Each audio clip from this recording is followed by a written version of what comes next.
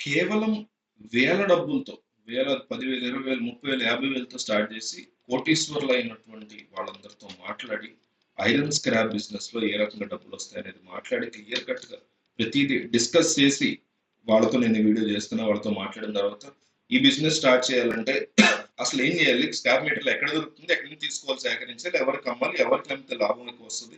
ఈ బిజినెస్ ఎలా చేయాలనేది క్లియర్ కట్‌గా ఈ వీడియో నేను మీకు ఎక్స్‌ప్లెయిన్ చేస్తాను. నేను అడుగుతుందల్లా 100 లైక్‌లు అడుగుతున్నా ఈ వీడియోకి. 100 లైక్‌లు ఇవ్వండి. యూట్యూబ్ వేరే వాళ్ళకి పంపిస్తుంది మీరు ఆ లైక్‌లు ఇవ్వడం వల్ల. దయచేసి లైక్ మాత్రం మర్చిపోకండి. సో టాపిక్‌లోకి వెళ్ళిపోతే ఈ ప్రపంచంలోనే మోస్ట్ కామన్‌లీ యూజ్డ్ మెటల్ అంటే ఐరన్ అని చెప్తాం. దాని తర్వాత వచ్చేది అల్యూమినియం, కాపర్, జింక్, నికెల్ ఇలా రకరకాలు ఉంటాయి.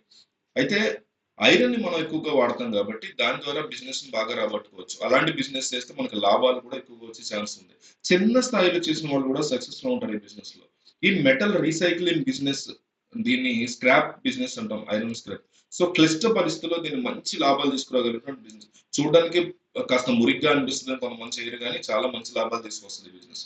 ఈ ఐరన్ ప్రొడ్యూస్ చేసేటువంటి దేశాల్లో ఇండియా 4th ప్లేస్ లో ఉంది. ఫస్ట్ ప్లేస్ లో చైనా ఉందని చెప్పుకోవచ్చు, తర్వాత ఆస్ట్రేలియా ఇవన్నీ కూడా ఉన్నాయి. సో ఇండియా 4th ప్లేస్ లో ఉంది కాబట్టి ఐరన్ అనేది ఇక్కడ మనకి ఎక్కువ, బట్ బిజినెస్ తక్కువ. లక్ష్మీ మిట్టల్ తెలుసు కదా మీకు, ఆయన కూడా ఇలాగే బిజినెస్ స్టార్ట్ చేస్తారు. ఆ తర్వాత ఆయన ఇప్పుడు బిలియన్ స్థానంలో ప్రపంచంలోనే ఏ లెవెల్ ఉండడం నాకు తెలుసు. సో ఐరన్ అనేది 20 రూపీస్ మన దగ్గర కొంటారు కానీ బల్క్ లో 100 రూపీస్ అమ్ముతారు. సో క్వాలిటీ బట్టి కూడా డిఫరెంట్. ఫెన్సింగ్ ఇట్లాంటి మిషన్స్ ఇవన్నీ కూడా రకరకాల టైప్స్ లో ఉంటాయి. సో మీకు డౌట్ రావచ్చు, మనం స్క్రాప్ ఎక్కడ కలెక్ట్ చేసుకోవచ్చు అనేది చూద్దాం. ఊర్లలో సైకిల్స్ తో వచ్చేవారు ప్లాస్టిక్ అండ్ ఐరన్ కొంటూ ఉంటారు కదా, వాళ్ళ దగ్గర చేయవచ్చు. లేదా మనకి ఎక్కువగా ఎక్కడ దొరుకుతుందంటే మూత పడిపోయినటువంటి ఫ్యాక్టరీలు మనం మంచిగా వెతుక్కోవాలి. చిన్న చిన్న పరిశ్రమలు క్లోజ్ అయినా, మెకానిక్ షెడ్యూల్ క్లోజ్ అయినా, ఇలాంటి చోట ఐరన్ అనేది మనం ఎంత ఉంది ఏంటనే చూసి జాగ్రత్తగా తక్కువలో మనం తీసుకోవచ్చు అనమాట. దాని ద్వారా మనం ఐరన్ ని మనం సేకరించుకోవచ్చు. మనం తీసుకున్నటువంటి ఐరన్ ని ఎవరు కొంటారు అనే డౌట్ రావచ్చు. ఎందుకంటే వెబ్సైట్ లో నెంబర్ ఆఫ్ బిజినెస్ బయర్స్ ఉంటారు, మూతపడినటువంటి ఫ్యాక్టరీలు లాంటివి ఉంటాయి. సో వాళ్ళు మనం డైరెక్ట్ గా కాంటాక్ట్ అవ్వచ్చు. అలాగే నేను ఒక లింక్ ఇచ్చే కింద, మీరు ఒకసారి వాళ్ళతో కాంటాక్ట్ అయ్యి బిజినెస్ మీరు రన్ చేసుకోవచ్చు. ఈ 3 చాలా ఇంపార్టెంట్. ఇందులో ఎవరి దగ్గర అమ్మాలి, ఎలా సేకరించాలి, ఎవరి నుంచి కొనే అవకాశం, ఈ 3 పాయింట్లు ఐరన్ బిజినెస్ లో ఇంపార్టెంట్.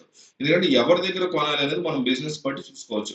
ఎక్కడైతే మొదలుపడిన ఫ్యాక్టరీలు, చిన్న చిన్న పరిశ్రమలు, కుటీర పరిశ్రమలో కూడా దొరుకుతుంది ఐరన్ బాగా. సో అక్కడి నుంచి తీసుకోవచ్చు. లేదా ఊళ్ళలో వచ్చి కొంతమంది వ్యాపారం చేస్తుంటారు. జనరల్‌గా ఉల్లిపాయలు, ఇంటికి పనికొచ్చే వస్తువులు, ఐస్ క్రీమ్‌లు ఇట్లాంటివి పట్టుకొచ్చి, ఇదివరకైతే ఐస్ క్రీమ్‌లు పట్టుకొచ్చి ఐరన్ గాని, ప్లాస్టిక్ గాని వాళ్ళు తీసుకొని వెళ్ళేవాడు. సో అలా వాళ్ళైనా మనం కాంట్రాక్ట్ ఐరన్ సేకరించుకోవచ్చు. ఐరన్ ఎక్కువగా మనకు కావాల్సొస్తే వెహికల్స్, గ్యారేజీలు ఇట్లాంటి వాహనాలు దొరుకుతాయి. వాటి నుంచి కూడా మనం తక్కువ ప్రైస్‌లో కొనుక్కోవచ్చు. చాలా వరకు ఇళ్లలో వాడుతున్న ఏసీలు, ఫ్యాన్‌లు వాడి పడేస్తూ ఉంటారు. వాటి నుంచి కూడా ఐరన్‌ని మనం జాగ్రత్తగా సేకరించుకోవచ్చు. సో ఈ సేకరించిన ఐరన్ ఎలా స్టోర్ చేసుకోవాలి? మనం స్టోర్ చేసుకున్న తర్వాత బయర్స్‌కి ఎట్లా ఇవ్వాలనేది కాన్సెప్ట్. ఎందుకంటే ఈ బిజినెస్ పోటీ చాలా తక్కువ ఉంటది. లాభం కూడా ఎక్కువ వస్తూ ఉంటుంది. కానీ కొన్ని కోట్ల రూపాయలు టర్నోవర్ ఉన్నటువంటి బిజినెస్ ఇది. సో కోట్ల రూపాయలకి వెళ్ళిపోయిన వాళ్ళు కూడా ఉన్నారు చిన్నగా స్టార్ట్ చేసి. సో పెట్టుబడులు ఎంత వరకు పడతాయి? ఎందుకంటే ఈ బిజినెస్ కి పెద్దగా డబ్బు అక్కర్లే. 50,000 నుంచి ₹1,00,000 పెట్టుకుంటే సరిపోతుంది. ఒక గోడౌన్ నుండి చిన్నది తీసుకొని ఒక ప్లేస్ ని సెటప్ చేసుకొని చాలా చిన్నది అవన్నీ కూడా అక్కడ పెట్టుకోవచ్చు. దాన్ని విడదీసి స్టోర్ చేయడానికి, విడగొట్టుకోవడానికి వీటికి ఒక కొంత ప్లేస్ కావాలి. ఎలాంటి వస్తువులు సేకరిస్తే అనే దాని మీద ప్లేస్ ఆధారపడి ఉంటుంది. మాకు పెద్ద యాడ్ కావాలి అంటే ఆ ఓపెన్ ప్లేస్ అద్దెకు తీసుకోవాలి. లేదా ఒక ఓన్ ప్లేస్ ఉన్న ప్రాబ్లం లేదు. సో ఈ స్క్రాప్ బిజినెస్ స్టార్ట్ చేసిన తర్వాత దీనికి లైసెన్స్‌లు ఏమన్నా అవసరం ఉంటాయా అంటే, ఎవరన్నా మనల్ని ఆపుతారా, అడుగుతారా అనేది ఒకసారి చూస్తే, ఇందులో మనం పంచాయతీ, మున్సిపల్ ప్రాంతాల్లో ఉంటే పన్ను కట్టే సమయంలో ఆ షాప్ గాని వ్యాపార పన్ను అనేది వేస్తారు. అది కావాల్సొస్తుంది. లేదా కమర్షియల్ టాక్స్ ఆఫీస్‌లో షాప్ రిజిస్ట్రేషన్ చేయించుకోవాలి. పిన్ నంబర్, షాప్ రిజిస్ట్రేషన్ చేయించుకోవాలి.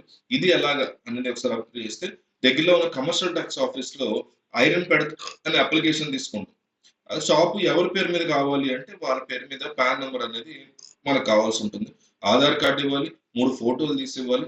ఇవన్నీ కూడా కావాల్సిన జీఎస్టీ నెంబర్ ఇస్తాం. ఈ నెంబర్ ద్వారా మీరు బిజినెస్ అనేది మీరు టాక్స్ స్టార్ట్ చేసుకొని టాక్స్ కట్టుకోవచ్చు.